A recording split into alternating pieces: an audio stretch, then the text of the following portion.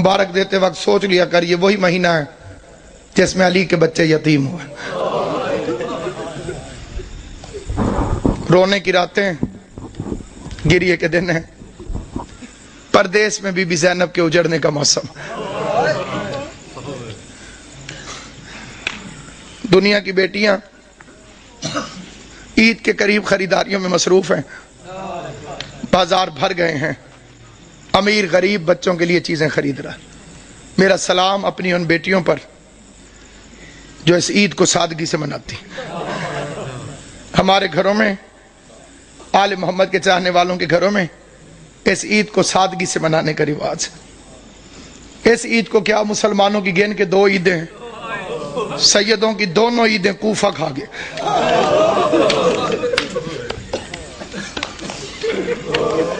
کئیوں نے میرا لفظ سمجھا ہے، کئیوں کو سمجھ نہیں آئی. عیدیں 2 ہیں، شہر ایک ہے. ایک عید کو ایک شہر کوفہ دونوں عیدوں کو کھا گئے. ایک عید پہ زینب باپ کا ماما اٹھا کے روتی رہی، دوسری عید پہ دریا کے کنارے مسلم کے بچے ذبح ہوتے.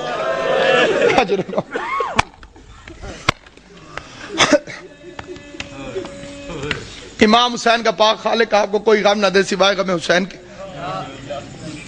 رمضان اسی کا قبول ہے جس نے علی کے بچوں کو پرسا دی. عبادتیں اسی کی قبول ہیں جس نے علی کے یتیموں کو پرسا دیا. کوشش کرنا ان 3 دنوں کو محرم کی طرح گزارا کر، محرم کی طرح.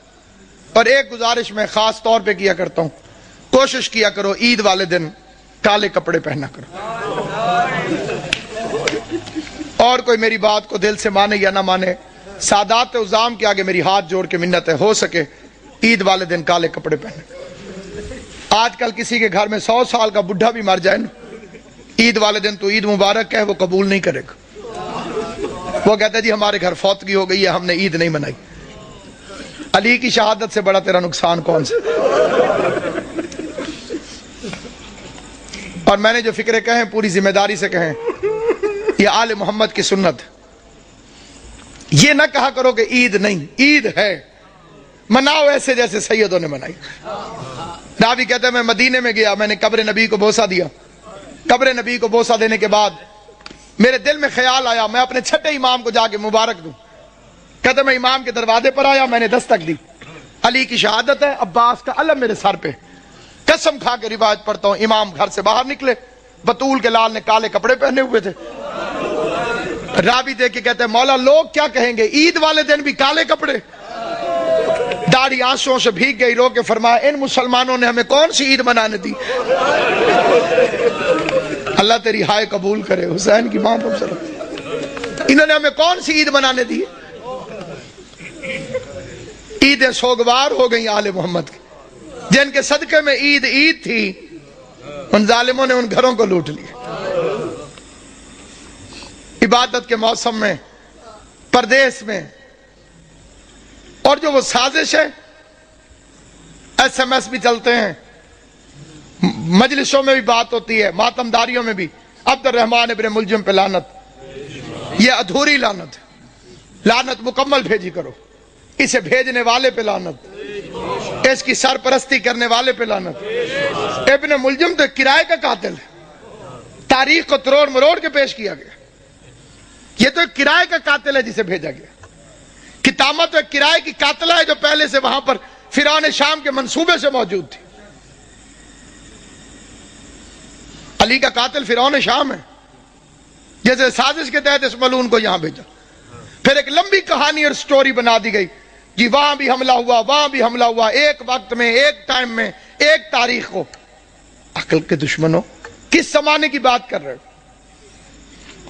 ان کے پاس موبائل ٹیلی فون تھے کہ میں اب ادھر حملہ کر رہا ہوں، تو ادھر کر، تو ادھر کر، تو ادھر کر. کوئی سیٹلائٹ نیٹ ورک تھا؟ سب جھوٹا افسانہ ہے. ساروں نے مل کے زینب کو یتیم کیا.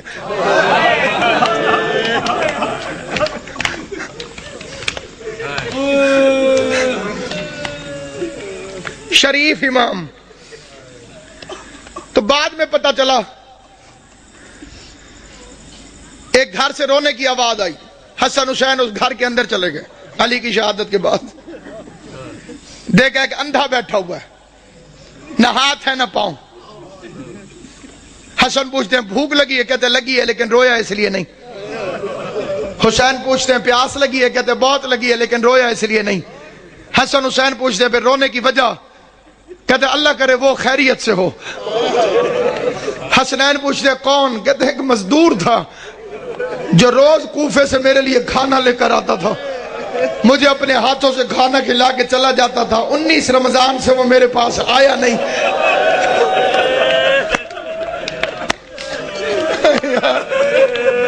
ہائے یا علی، ہائے یا آواز صرف مزدور نہیں، امیر المومنین تھا، ہمارا بابا تھا علی ابن ابی طالب۔ ہم یتیم ہو گئے، آج کے بعد تجھے حسن کھانا کھلے گا۔ رات کے وقت راشن اٹھا اٹھا کے لوگوں کے گھروں میں پہنچانے والا امیر، بادشاہ دین و دنیا امیر۔ پھر بیٹیاں بلا لیں، کوفے کے شہر میں اپنی زندگی میں بیٹیاں آ گئی، آج تک وہ گھر موجود ہے۔ دعا کیا کرو۔ میں ایک سفارش کرتا ہوں ہر مومن سے، دعا میں بڑی طاقت ہے۔ دنیا کے اندر اللہ نے دعا کو مومن کا اسلحہ قرار دیا، اور یہ اتنا کاریگر کارآمد اسلحہ ہے کہ اس کے سامنے کسی اسلحے کی ضرورت ہی نہیں۔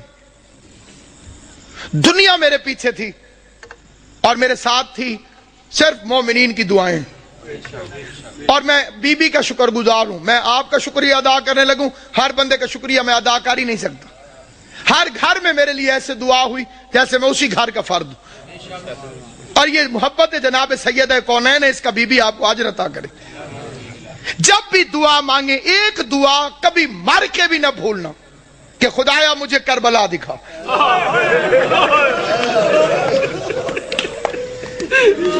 خدایا مجھے حسین کی قبر میں۔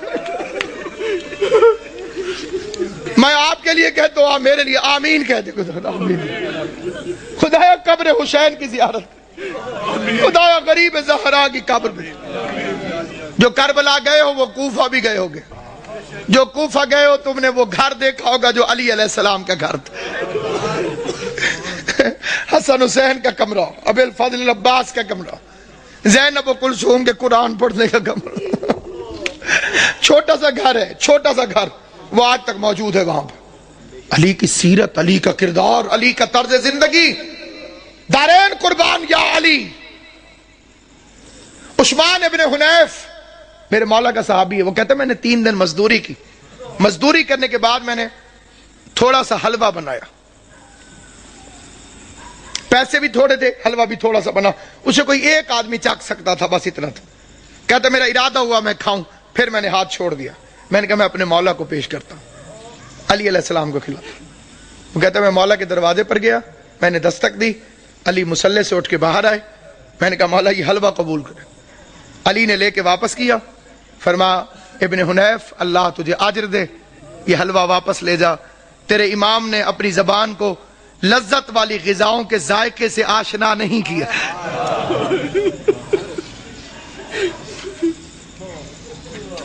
خطبے میں فرماتے تھے مجھے فخر ہے مجھ پر زکوٰۃ کبھی واجب نہیں ہوئی، علی وہ امام ہے جس پر زکوٰۃ کبھی واجب نہیں۔ مطلب پتہ زکوٰۃ اس پر واجب ہوتی ہے جو مال کو جمع کر کے رکھے، جس نے کبھی اپنے پاس مال جمع کر کے رکھا ہی نہ ہو، خدا کی راہ میں خرچ کر دیتا ہو، اس پر زکوٰۃ کہاں سے واجب؟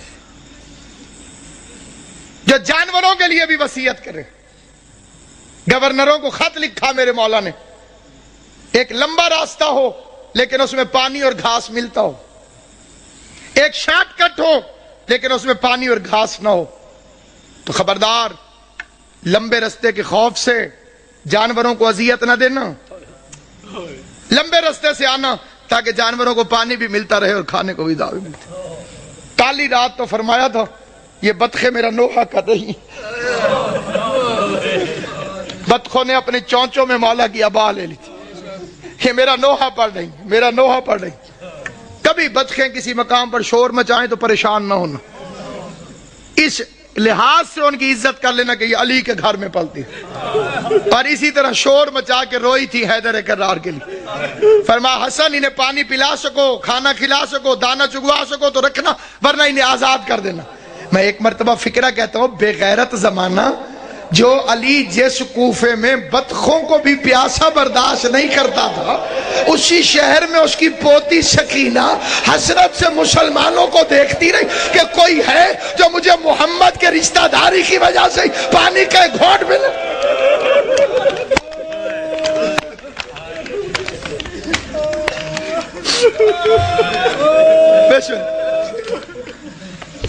ابھی تو امیر کی بیٹی ہے علی کی بیٹی،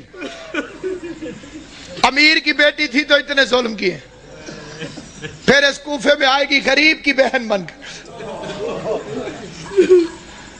عورتیں اکٹھی ہو کر آ گئیں، یا علی ہم نے سنا ہے کہ آپ نے فرمایا ہے کہ ہر چیز کی کوئی نہ کوئی بہار ہے، اور قرآن کی تلاوت کی بہار ماہ رمضان ہے۔ علی فرماتے سچ ہے مولا، ہم نے یہ بھی سنا ہے کہ آپ نے فرمایا کہ آسمان والوں کے لیے زمین کے وہ گھر ستاروں کی طرح چمکتے ہیں جن میں قرآن کی تلاوت ہوتی۔ علی نے فرمایا سچ ہے مولا، ہمارے مرد تو قرآن پڑھ کے آ جاتے ہیں مسجد میں، ہم عورتیں ہیں وہاں پہ پردہ ہوتا ہے، ہم آ نہیں سکتی۔ ہم نے سنا ہے تیری بیٹی ہو بہو تیری طرح عالم ہے، ہم نے سنا ہے تیری بیٹی زینب ہو بہو تیری طرح بولتی ہے۔ پوری تقریر بے شک توجہ سے نہ سننا، اس فکرے پہ ضرور توجہ کرنا، یہ لفظ نہیں الہام ہے۔ میں نے دو ہستیوں کو علی کی طرح بولتے دیکھا ہے، عرش پہ کبھی اللہ بولے تو علی کی طرح بولتا ہے، فرش پہ کبھی زینب بولے تو علی کی طرح۔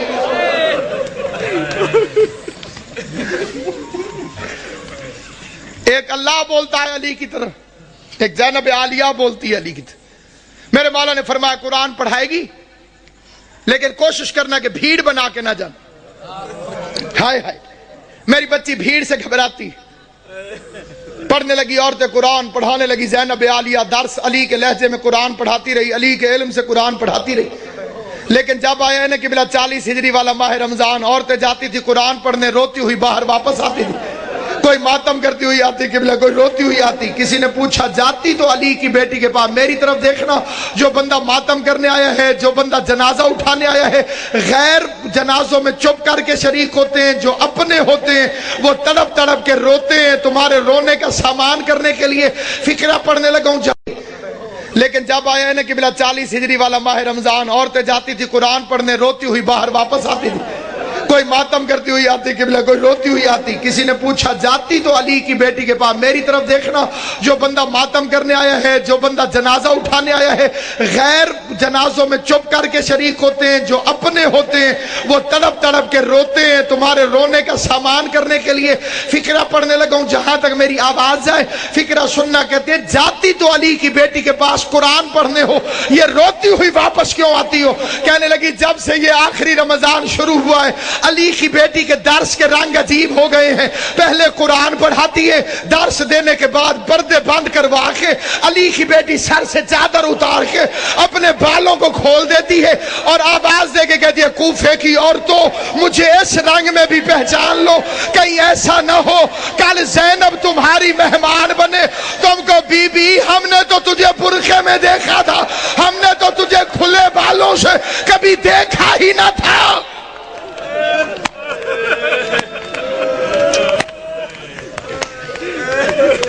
ہم نے تجھے کھلے بالوں سے کبھی دیکھا ہو تو تجھے پہچان۔ ایک رات آئی جس میں امیر المومنین نے پردہ کروا دیا،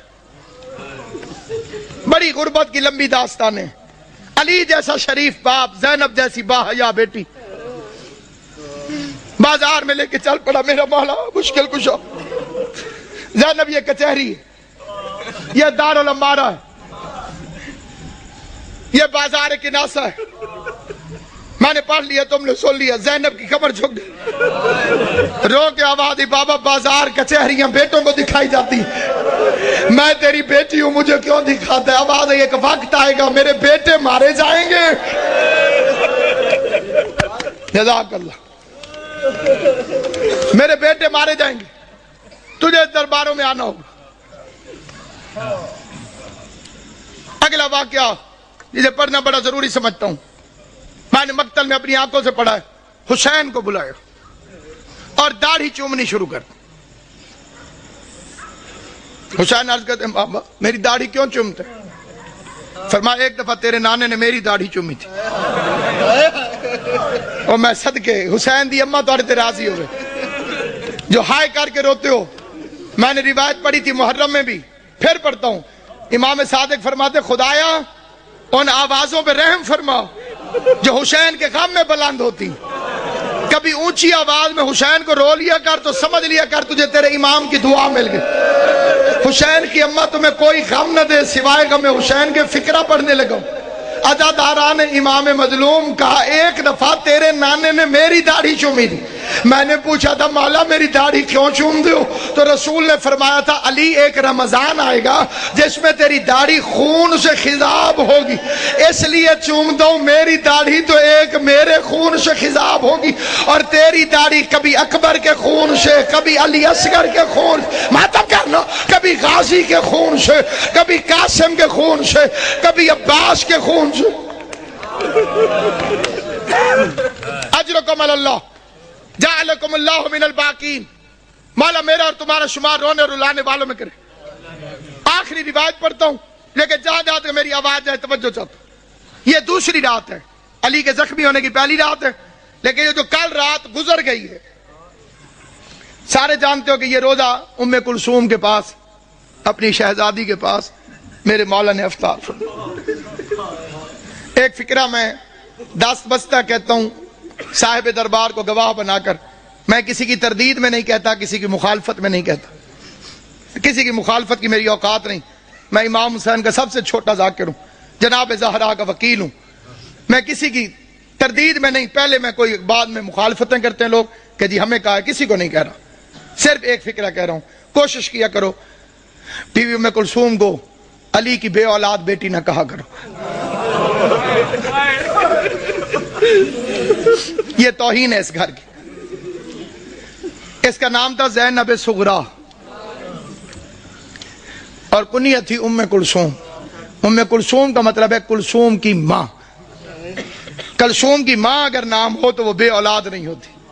دو چیزیں سامنے رکھی، دودھ اور نمک۔ علی علیہ السلام نے نمک رکھ لیا، فرمایا دودھ سنبھال کے رکھ، ممکن ہے صبح میرا کوئی مہمان آنے والا،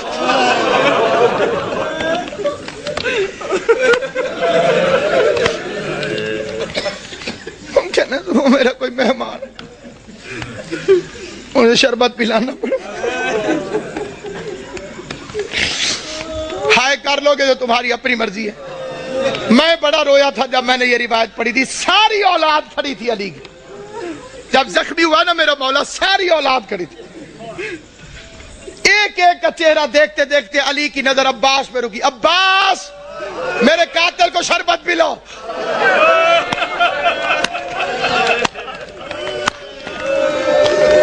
غازی کے امتحانوں کا آغاز ہو گیا، عباس کے امتحانوں کا آغاز ہو گیا۔ میں کائنات قربان کروں، سوچ سکتے ہو جب غازی گھر گیا ہوگا کہ بہن زینب مجھے شربت بنا کے دے، زینب نے پوچھا ہوگا کس سے پلانا ہے، عباس کی آواز آئی ہوگی بابا کا قاتل پیاسا ہے، بابا نے مجھے حکم دیا ہے عباس اپنے ہاتھوں سے۔ ہائے کریم، ہائے کریم۔ کل کی رات کی ایک روایت پڑھتا ہوں، جو کل کی رات گزری ہے جب امن تھا علی کی بیٹیوں کے گھر۔ آج کا دن تو بڑا بے چینی سے گزرا ہے، تم نے افطار کیا ہے، سحری کا انتظار کر رہے ہو، علی کی بیٹیاں بس نمک چکھ لیتی تھی روزہ ہو جائے، نہ روزہ چھوڑ سکتی تھی نہ بابا کا غم چھوڑ سکتی۔ فکرہ پڑھتا ہوں میں فکرہ، لیکن اس فکرے پر کوشش کرنا کہ تمہارے آنسو آ جائیں، آنسو نہ آئے تو ہائے ضرور کرنا۔ بھائی عمران شاہ جی میں نے مقتل میں پڑھا ہے، سارا دن برقعے کے اندر پردے کے پیچھے اپنے گھر میں باپ کو چھپ چھپ کے دیکھتی رہی۔ کوئی تو سمجھے گا میرا فکرہ۔ سارا دن بی بی زینب برقعے کے اندر پردے کے پیچھے، گھر کے اندر برقعے کے اندر پردے کے پیچھے، برقعے کے اندر پردے کے پیچھے، کبھی کبھی عباس سے پوچھ لیتی تھی بچ تو جائے گا میرا بابا، بچ تو جائے گا۔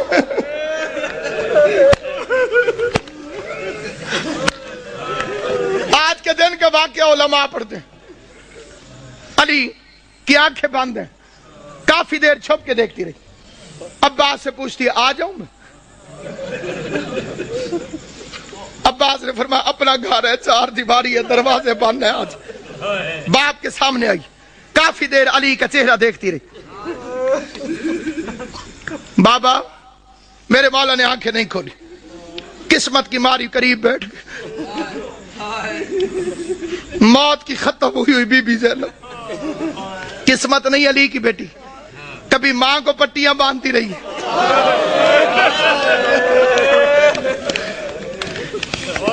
باپ کا زخمی سر میری شہزادی نے اپنی جھولی میں رکھو.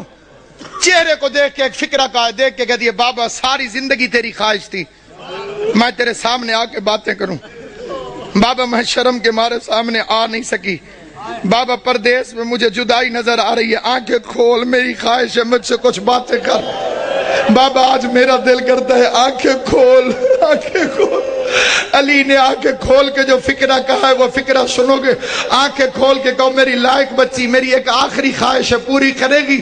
آواز دارین کا والی بابا تو حکم کر، زینب کی جان واری تجھ پر. آواز زینب ایک دفعہ مجھے صرف چل کے دکھا دے. تو چلتی کیسے؟ ادھر بی بی زینب نے چلنا شروع کیا. آواز حسن حسین بہن کا ہاتھ پکڑو، حسن حسین بہن کا ہاتھ پکڑو. چیخے مار مار کے میرا مولا حیدر کرار رویا. علی کے قریب آ کے حسن کہتے بابا چیخے مار کے کیوں روتے ہو؟ آواز روتا اس لیے ہوں جو علی جیسے باپ کے سامنے اپنے گھر کے اندر نہیں چل سکتی. 9 لاکھ شرابیوں کے مجمع میں شام کا بازار ہوگا. زینب عالیہ ہاتھوں میں ہتھ کڑیاں، بال کھلے ہوئے، اور کائنات ختم کیوں نہ ہو گئی؟ بے غیرت شراب پی رہے تھے، ڈھول بجانے والے ڈھول بجا رہے تھے. آواز آتی تھی تماشا دیکھو حیدر کرار کی بیٹیاں.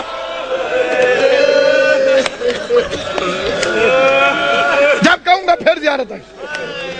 حیدر کرار کی بیٹیاں، شاہ ابرار کی بیٹیاں. آج بابا لیتا ہے، کل 7 نماز میں تھا.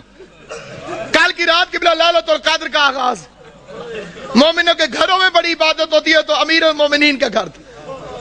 جنہیں لیلۃ القدر کی عبادت معلوم ہے، جو اس سے مستفید ہوتے ہیں، ان خوش نصیبوں سے میری التماس سے وہ میری حمایت کریں گے. علی کی بیٹیاں قرآن سر پہ رکھ کے بے کہ یا اللہ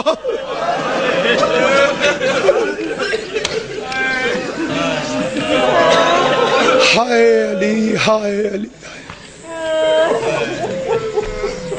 بے کہ یا اللہ بے کہ یا اللہ کہ یا اللہ. یہ کس رات کی بات کر رہا ہوں؟ دوسری رات. یہ جو کل قبلہ جی گزر گئی ہے، جناب امام زمان تو بستہ رکھیں صحت. یہ جو گزر گئی ہے رات، یہ صبح علی کو ضربت لگی، عبادت ہو رہی لیلۃ القدر کی پہلی رات. اچانک علی کے دروازے پہ گھوڑوں کی ٹاپوں اور اسلحے کی جھنکار کی آواز آئی. گھوڑا چلے تو ٹاپوں کی آواز آتی ہے، تلوار نکلے تو آواز آتی ہے. آواز سننے کے بعد عباس نے مسلح چھوڑا. بجلی کی رفتار سے غازی دروازے تک پہنچا تھا. علی کی آواز عباس ٹھہر جاؤ. میں نے یہ 2 سال پہلے فکرہ پڑھا تھا لاہور میں. ایک سید نے ایک لفظ کہا تھا، وہ یہیں لکھا گیا. وہ بیچ میں سے کھڑا ہو گیا، اس نے کہا علامہ صاحب علی بھی عباس کو روکتا رہا.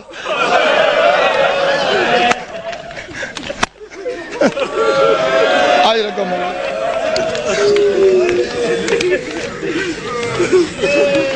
علی بھی عباس کو روک دو. غازی کو روک کر میرا مولا باہر نکلا. کیسے میرے مولا نے دروازہ کھولا، کیا دیکھتے ہیں؟ 4 گھوڑے سوار کھڑے ہیں. انہوں نے نقابیں کی ہوئی ہیں، ان کے ہاتھوں میں ننگی تلواریں، اور وہ گھوڑے پر بیٹھے ہوئے. ایک ہاتھ سے گھوڑے کی رکابیں پکڑی ہوئی، دوسرے ہاتھ میں تلواریں علم بنائی ہوئی، اور چہرے پہ نقاب.